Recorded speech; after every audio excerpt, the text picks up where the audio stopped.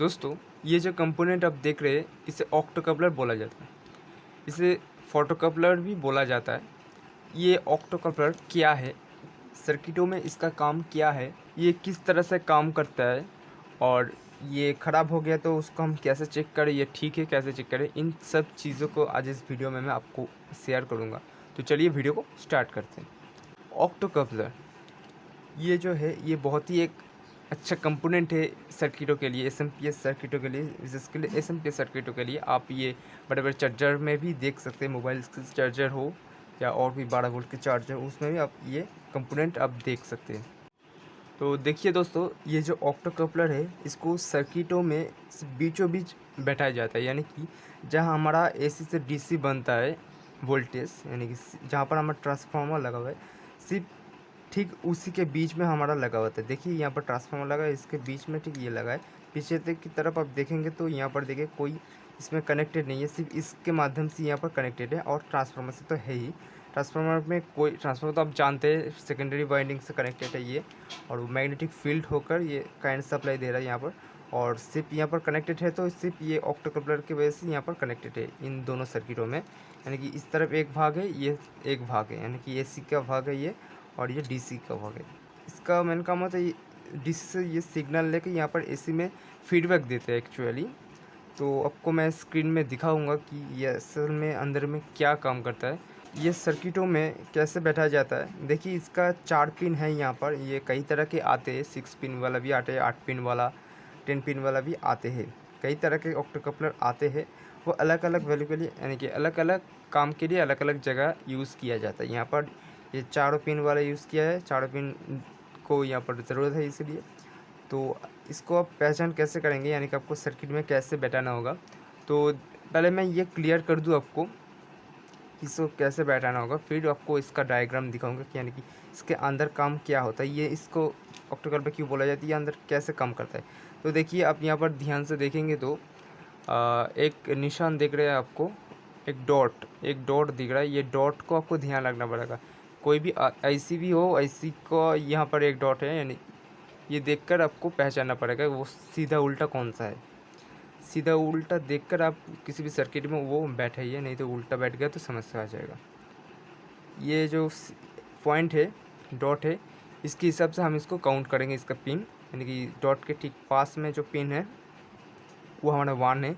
ऐसे करके 1 2 3 4, 1 2 3 4 ऐसे करके काउंट होगा। अगर ये 6 पिन वाला भी हो तो ऐसे करके पहले हम काउंट करेंगे, फिर इस तरफ ऐसे आएगा, यानी कि पहले हम ऐसे करेंगे फिर ऐसे जाएगा काउंट, ऐसे काउंट होता है। तो इसके हिसाब से काउंट करके आपको लगाना पड़ेगा।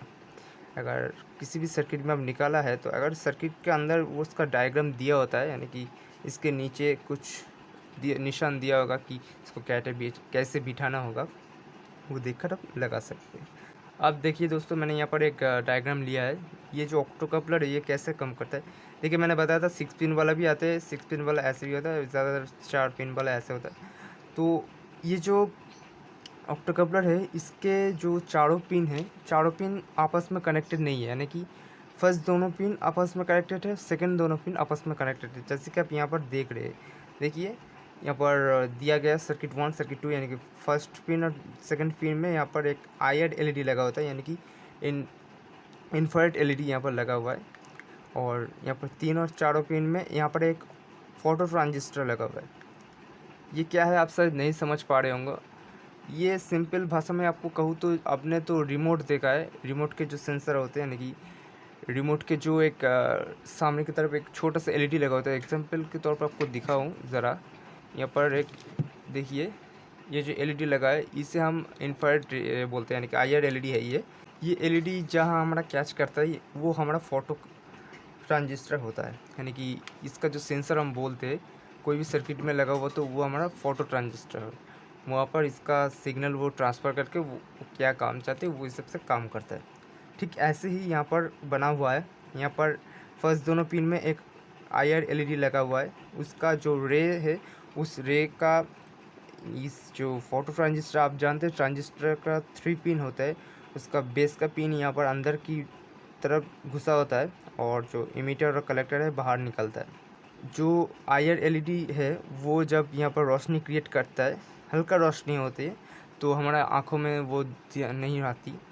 जब हम कोई रिमोट वगैरह यूज़ करते तो वो हमारा खाली आँखों में वो नहीं दिख पाती। अगर हम कैमरे से दिखे तो वो दिख जाता है।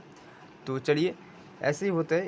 ये जो इंटरनली होता है, ये सब काम यहाँ पर इंटरनली होता है, यानी कि इस सर्किटों में, यानी कि ये ऑप्टोकपलर की जो कंपोनेंट है इसके अंदर ही ये सब काम चल जाता है। जब फर्स्ट और सेकंड पिन में कोई वोल्टेज जा रहा है तो वोल्टेज जाकर आईआर एलईडी ग्लो होगा। ग्लो होने के बाद इसका बेस के पिन में पड़ेगा। बेस के पिन के बाद सेकंड सर्किट हमारा चालू हो जाएगा।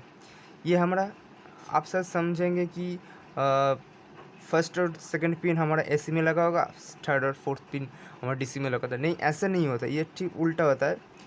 कभी आप सरल भाषा में ये समझ जाएंगे कि फर्स्ट और सेकंड हमारा एसी में होता है, क्योंकि हमारा जो एसी से डीसी में लगा होता है तो ऐसे ही होगा। आप से सोचेंगे, नहीं ऐसा नहीं होता, ठीक हमारा उल्टा होता है। फर्स्ट और 2 पिन हमारा डीसी में रहता है और थर्ड और फोर्थ पिन हमारा एसी में रहता है। जैसे कि यहाँ पर आप है, देखिए ये है डॉट की तरफ ध्यान दीजिए। डॉट की ठीक पास में फर्स्ट और सेकंड पिन है, ये हमारा डीसी में लगा हुआ है, यानी कि ये सेक्शन हमारा डीसी है, ये डीसी में यहाँ पर लगा हुआ है। और ये थर्ड और फोर्थ जो पिन है ये हमारे एसी सेक्शन में लगा हुआ है। इससे फीडबैक लगे यहाँ पर ये भेजता है। तो ये सब इंटरनली काम होता है, इसलिए हम नहीं देख पाते। आप सब समझ गए होंगे कि ऑप्टोकपलर कैसे काम करता है सर्किटों में, इसका भाग क्या है। और कोई डाउट हो तो मुझको कमेंट में ज़रूर बताइए, मैं वो डाउट क्लियर करने की कोशिश करूँगा अगले वीडियो में। तो आइए मैं इसका ख़राब ऑप्टोकपलर और सही ऑप्टोकपलर को पहचान कैसे करें ये भी आपको दिखा दूँ। देखिए, इस डायग्राम के थ्रू भी आपको दिखा सकता हूँ, यहाँ से भी आप समझ सकते हैं। प्रैक्टिकल करके भी आपको दिखाना चाहूँगा, लेकिन मेरे पास कोई ख़राब ऑप्टोकपलर नहीं है, इसलिए नहीं दिखा पाया। तो देखिए, ये डायग्राम के तौर पर आप देख लीजिए।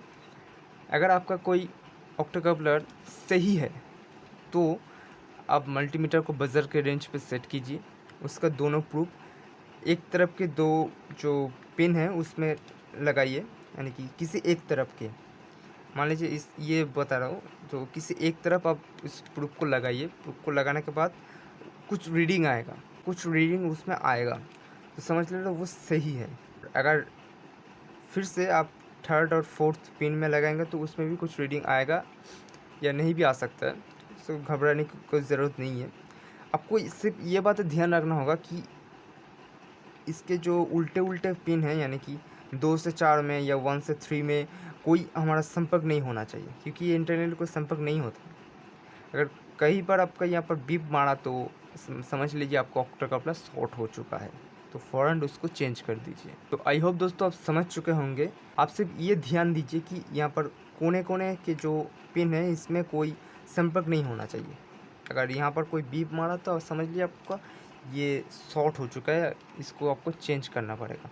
इन दोनों में तो आ सकते हैं, यानी कि किसी एक दोनों में आ सकते हैं, आपका रीडिंग आ भी सकता है, नहीं भी आ सकती है, ऐसा कोई आपको डरने की कोई ज़रूरत नहीं है। तो यही होते हैं ऑप्टोकपलर की जानकारी, कि ऑप्टोकपलर ठीक ऐसे काम करता है और ख़राब ऑप्टोकपलर ठीक ऑप्टोकपलर कैसे पहचानेंगे आप सब समझ चुके होंगे।